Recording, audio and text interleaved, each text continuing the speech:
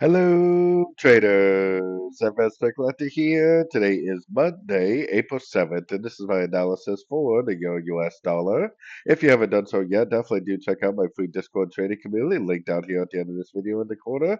And don't forget to take a look at my website, fxpipcollector.com. So anyways, the euro dollar is going up very strong so far today, or so far throughout the Asian session and the London session. Very strong move up.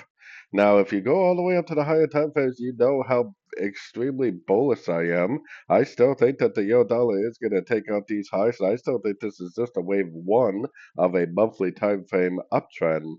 So I am very, very, very bullish on the dollar pairs themselves.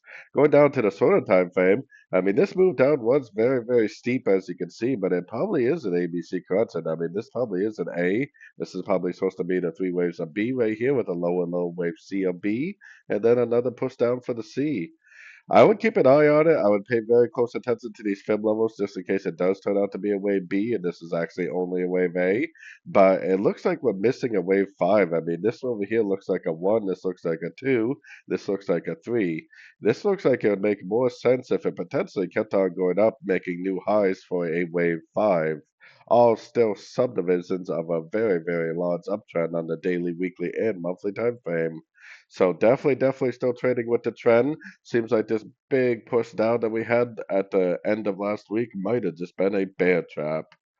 So anyways, don't forget to like and subscribe. And as always, thank you for watching and happy trading.